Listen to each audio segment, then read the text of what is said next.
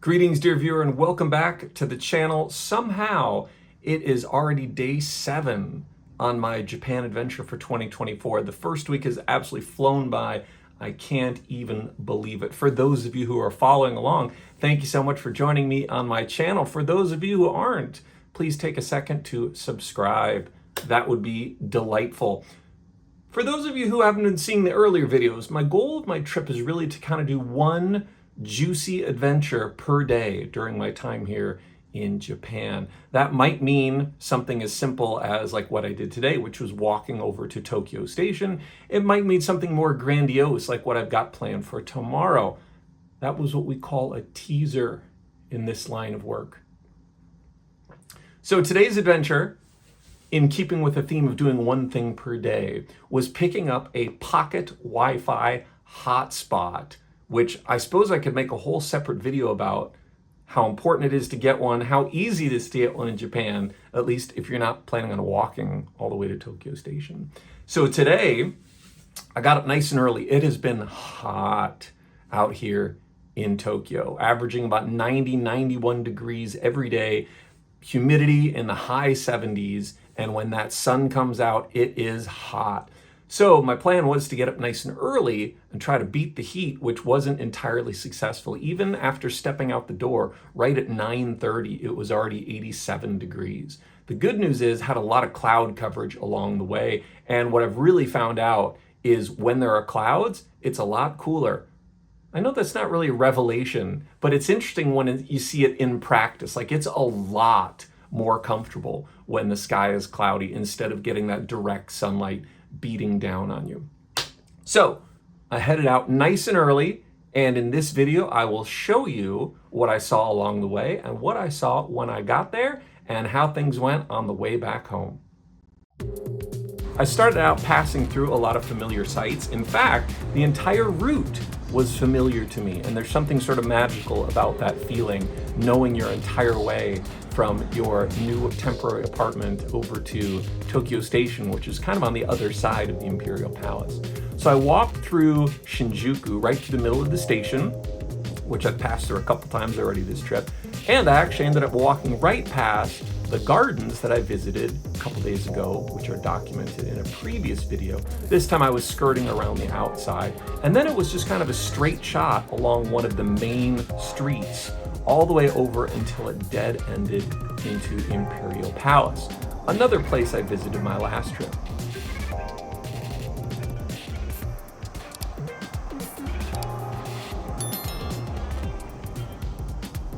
Despite being hot and humid, I did bring my parasol with me. That's French for umbrella, by the way.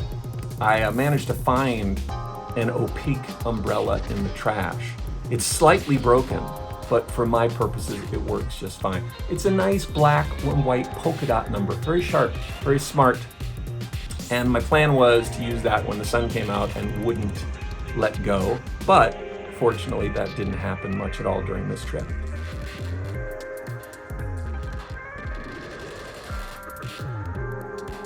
I then kind of walked halfway around Imperial Palace, which is kind of circular in shape. So I walked around the bottom half of that circle, and it took me up to a right-hand turn, which dead-ended me straight into Tokyo Station.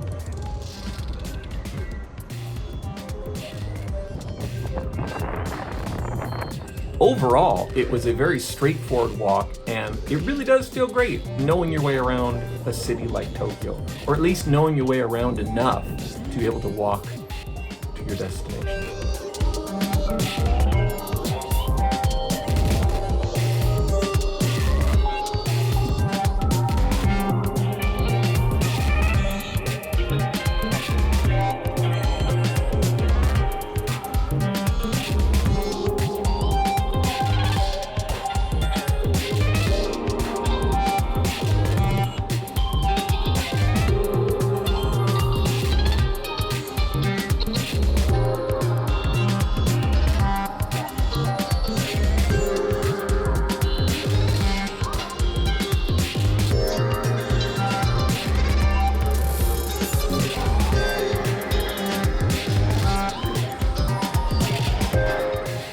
Once I got to Tokyo Station, I wandered around a little bit. I was looking for this convenience store, which, as the email told me, was underground somewhere. And you know, Tokyo Station is just so great. It's so well thought out.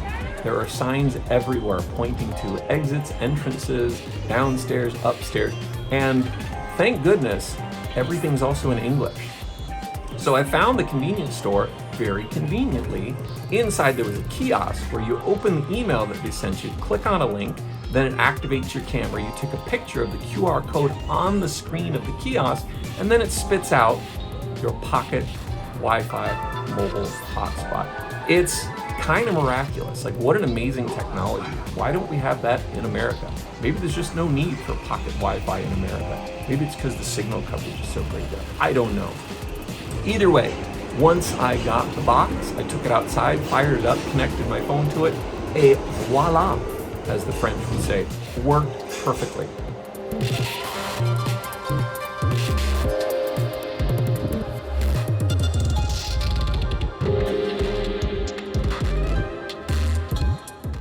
One of the main reasons I wanted to get this pocket Wi-Fi is the data plan that my phone comes with has international data at no extra cost. The bummer is it's just not very reliable, predictable, or fast. So I might be out walking around and all of a sudden I just lose signal.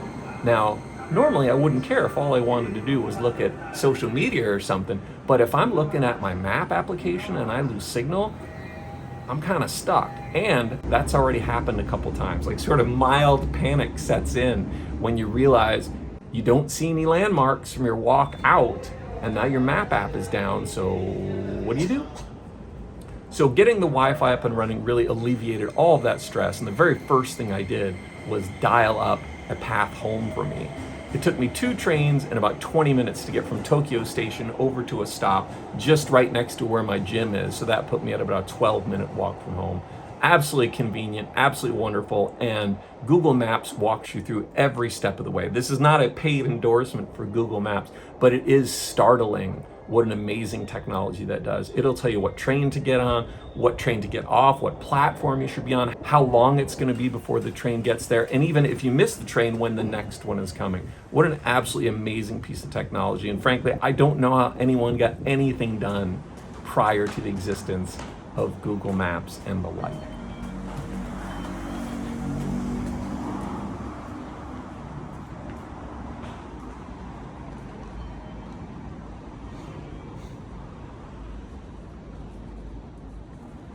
All right, gang, that wraps it up for this video. I hope you're enjoying my Tokyo adventures.